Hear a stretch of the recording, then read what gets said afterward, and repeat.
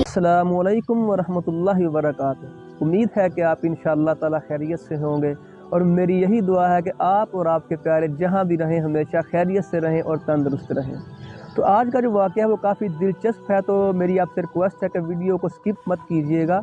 और अगर आप मेरे चैनल पे नए हैं तो मेरे चैनल को सब्सक्राइब करें और बेल आइकन को क्लिक करके ऑल के नोटिफिकेशन पे क्लिक करें ताकि हर आने वाली वीडियो आपको मिल सके। तो देखें, मैं जो भी वाक़या या हदीस आपसे बयान करता हूँ तारीख़ की किताबों में से वो हकीकत पर मबनी वाक़यात होते हैं। तो जब आप हकीकत पर मबनी वाक़यात सुनेंगे तो वो इंशाअल्लाह आपके नॉलेज में बहुत इजाफ़ा करेंगे। तो देखें, जैसे फ़ुज़ूल कामों के लिए हम घंटों टिकटॉक पे यूट्यूब पे सर्फ कर देते हैं, तो अगर कोई भी इस तरह की दीनी हवाले से हमारे पास कोई वीडियो पहुँचे तो हमें चाहिए कि हम उसको लाजमी देखें ताकि हमें कुछ सीखने को मिल सके। तो ऐसा ही एक वाक़या है, अब्दुल्लाह बिन जदआन बिन काब,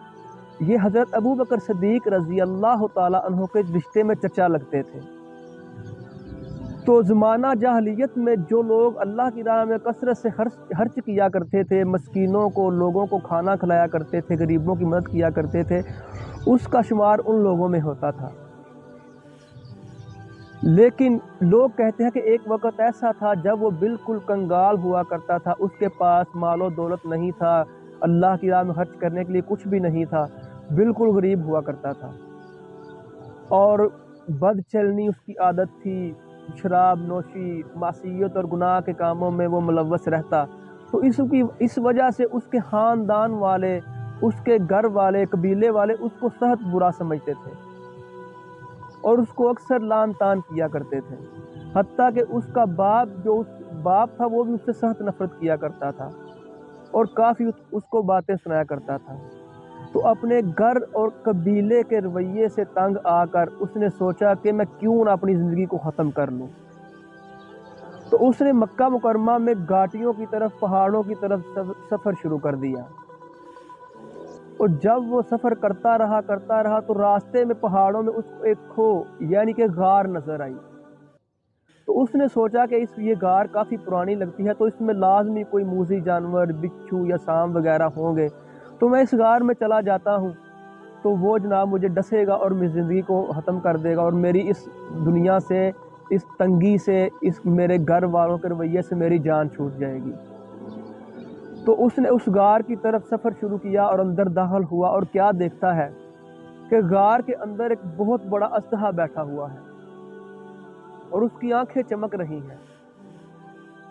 तो एक दफ़ा तो वो डरा, लेकिन जब उसने सोचा कि मैं तो अपनी ज़िंदगी को ख़त्म करने के लिए ही आया हूँ, तो वो आगे बढ़ा। जब वो आगे बढ़ा तो क्या देखता है कि वो अजदहा सोने का बना हुआ है और उसकी आंखें जो चमक रही थी, जिनको देख के वो डरा था, वो याकूत के मोती लगे हुए थे और गार में और काफ़ी कब्रें थीं और उन कब्रों के पास बहुत सारे हीरे जवाहरात और मालो दौलत पड़ा हुआ था। तो देखें अल्लाह की करनी कैसी हुई कि वो गया तो मरने के लिए था, लेकिन आगे देखें जब उसको उस गार में उसने देखा कि कैसा अल्लाह ने सबब पैदा किया कि उसमें बहुत सारा मालो दौलत और हीरे जवाहरात थे और उनमें कबीला बनु जरहम के जो सरदार थे उनकी कब्रें मौजूद थी और उसमें से एक कब्र हारिस बिन मजाज की थी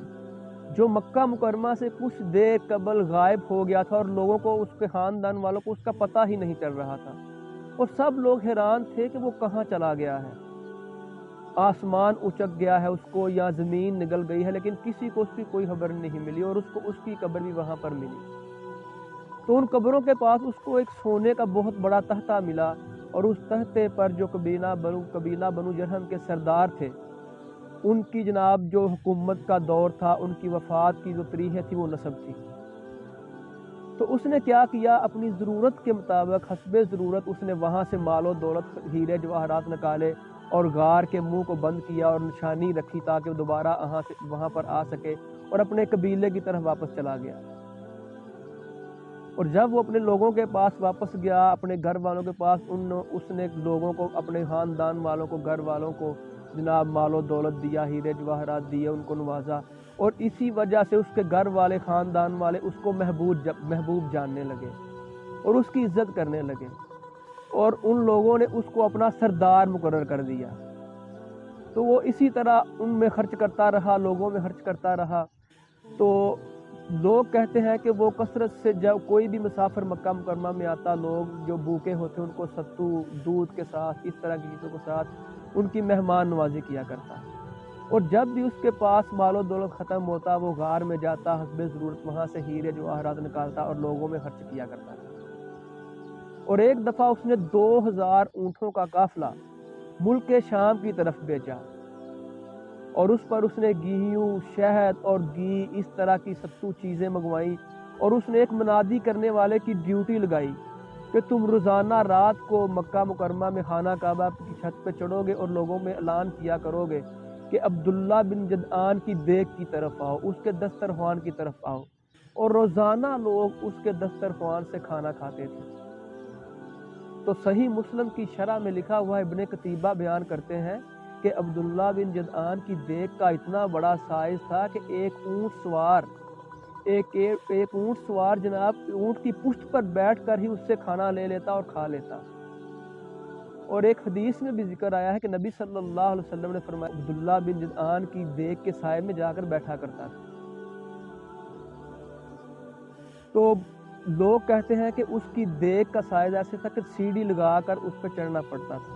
تو اس طرح وہ لوگوں میں بہت خرچ کیا کرتا تھا، لوگوں کو کھانا کھلایا کرتا تھا۔ تو ایک دفعہ حضرت عائشہ رضی اللہ تعالیٰ عنہ نے نبی صلی اللہ علیہ وسلم سے پوچھا، کیا اللہ کے رسول ہمیں بتائیں کہ وہ اتنی اللہ کی راہ میں خرچ کیا کرتا تھا، صحابت کیا کرتا تھا، لوگوں کو کھانا کھلایا کرتا تھا، تو کیا اللہ تعالیٰ اس کو بخش دیں گے؟ کیا وہ جنت کا حقدار ہوا کہ نہیں؟ آپ نے فرمایا کہ نہیں، کیونکہ عبداللہ بن جدعان نے کبھی اللہ سے اپنے گناہوں کی معافی نہیں مانگی، اللہ سے بخشش طلب نہیں کی، تو اس وجہ سے اللہ اس کو معاف نہیں کریں گے۔ جو بھی اس نے اچھے کام کیے اس کا اللہ نے اس کو دنیا میں ہی صلہ دے دیا۔ تو دیکھیں اللہ کا ہمیں شکر ادا کرنا چاہیے کہ اللہ نے ہمیں مسلمان پیدا کیا ہے، تو ہم انشاءاللہ جو بھی اچھا عمل کرتے ہیں، نیکی کا کام کرتے ہیں، تو ہمیں اللہ تعالیٰ انشاءاللہ اس کا صلہ بھی دیں گے۔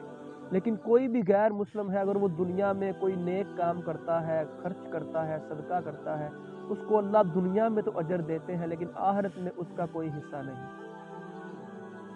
تو امید ہے کہ آپ کو یہ واقعہ پسند آیا ہوگا۔ تو اگر آپ کو یہ واقعہ اچھا لگا ہے تو میری آپ سے درخواست ہے کہ لازمی میری ویڈیو کو لائک اور شیئر کیجیے گا اور چینل کو سبسکرائب کیجیے گا۔ تھینک یو سو مچ۔ اللہ حافظ۔